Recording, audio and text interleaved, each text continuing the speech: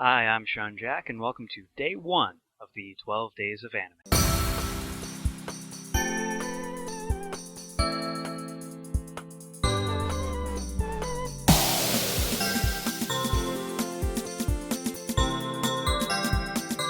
Alright, before we get started with our main order of business, I wanted to talk about one of the big changes that happened in anime over the past year that affects the way that I normally watch and enjoy anime, which would be the broadcast dub initiative being put on by Funimation.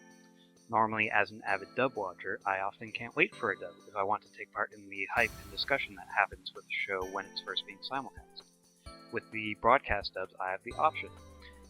What Funimation will do is they'll take the shows as they're being aired in Japan, dub them, and then put them out streaming on a 4-week delay for all of us to enjoy. This way I get to have my cake and eat it too. One of the first broadcast dubs that caught my attention was Death Parade, this anime with the super fun dance party happening behind me. Death Parade is an anime by Madhouse. It aired in winter of this year. It takes place in the afterlife at this bar where souls come to be judged after they have died. If they are deemed worthy by the arbiter there, they are allowed to re-enter society and are reincarnated back to life. If they are deemed unworthy, the souls are thrown into the void, never to be seen or heard from again. One such arbiter is Deckham, who's portrayed in the English dub by Alex Organ. He's assisted by the other character, voiced by Jamie Marchi. Marchi's as great as ever, but this is a much more serious turn for Alex Organ, who as a One Piece fan I'm normally used to hearing as an old-timey giraffe. Alright, let me try to set the scene for the moment in question. These two souls come in. One's a kid played by Todd Habercorn, one's an older detective guy played by Kent Williams. But Deckham has a little crisis over this, because one of the souls that has come in is a murderous soul, and how do you judge something like that unbiasedly and fairly, as a arbiter is meant to do? Well, okay, they sit both of the souls down for a good old-fashioned game of air hockey. Except this is death air hockey, where each of the pucks is a body part, and when your puck is struck into the other goal, you feel pain in that corresponding body part. It's epic, and just angles and perspectives of any great sports anime. It's probably the best game of air hockey I've ever seen. As this goes on, we start to unravel the mystery of who these people were before they died. We find out that they have something in common, a common motivation. They both have someone they want to protect above everything else. The kid has his younger sister, who he's given up a lot of his life for, and the detective has his wife at home that he wants to keep safe from the dangers of his job. Except this is Death Parade, and everything can't go so smoothly. On the detective side of things, we find out that his wife gets hurt badly by a criminal, and the detective decides to take the law into his own hands and go vigilante to go after this criminal. He eventually does find him, and for his revenge, he kills the criminal. But it doesn't end there, because the detective decides that he likes this. He's going to continue taking out justice and acting as the vigilante and being the law to other criminals, kind of like what Kira does in Death Note. On the kid's side, his sister gets hurt badly by this mugger with a knife. She's hospitalized and traumatized by the awful things that he did to her, and the kid feels powerless about this and decides to go do something about this. Go and hurt the person that did this to his sister.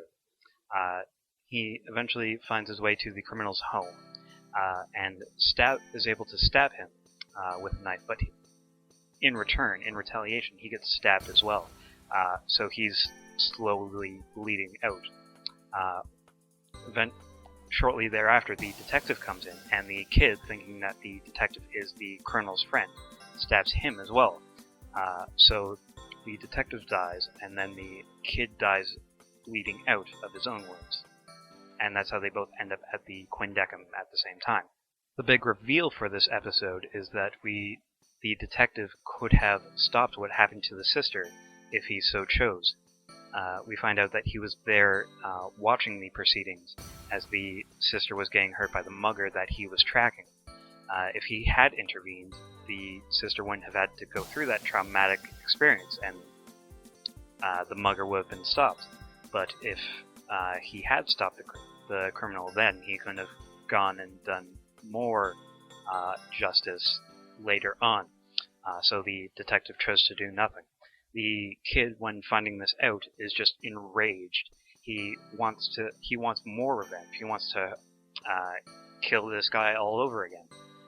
And Deckham, who's watching these whole proceedings, observing, arbitrating, he decides to enable the kid. He strings the detective up and makes him helpless, puts a stack of hockey pucks in front of him and a knife, and says, "Have at it." The detective at this point is just egging him on, daring him to do it, with it, saying that he is justice, he is the way, he is the true face of humanity, that type of stuff. And Jamie Markey, the assistant, is trying to stop him from doing this because she knows if he goes through with this, he can't be reincarnated and possibly reunited with his sister. But he doesn't care about that at this point. He just is so filled with rage and emotion that he just wants to cause the detective harm. And as the credits roll, he stabs the knife through the stack of pucks. The music swells, and it's just a very intense moment. We get this montage of the happy, if troubled life that he and his sister led. And then we come back from the credits, and he's just got this evil smile on his face, where he's just like, "Sigh, I will protect you. I'll see you again." But he's long gone by this point. It's just very disturbing and troubled moment that is unsettling like nothing else is. Like, I was having this discussion earlier this year that not a lot of horror anime actually scare me. Like, they're shocking and gory, sure, but that true, unadulterated horror, that unsettling feeling that you get, that's rare for anime. And Death Parade just did that better than anything else I've seen that year. For a guy an otherwise good person, to commit these atrocities and commit acts of true evil and fall like that, that's big. Death Parade is really big on these morality plays and what it is to be human, and this is one of its strongest moments for that, and that's why it's one of my 12 moments of the year. Alright guys, this has been my day 1 of the 12 Days of Anime. Let me know what you thought of it below. I promise tomorrow's will be much less somber, don't worry guys. In fact, I don't think tomorrow's anime has anything at all in common with Death Parade, except maybe the fantasy element. I will see you all tomorrow for day 2, to be continued until then.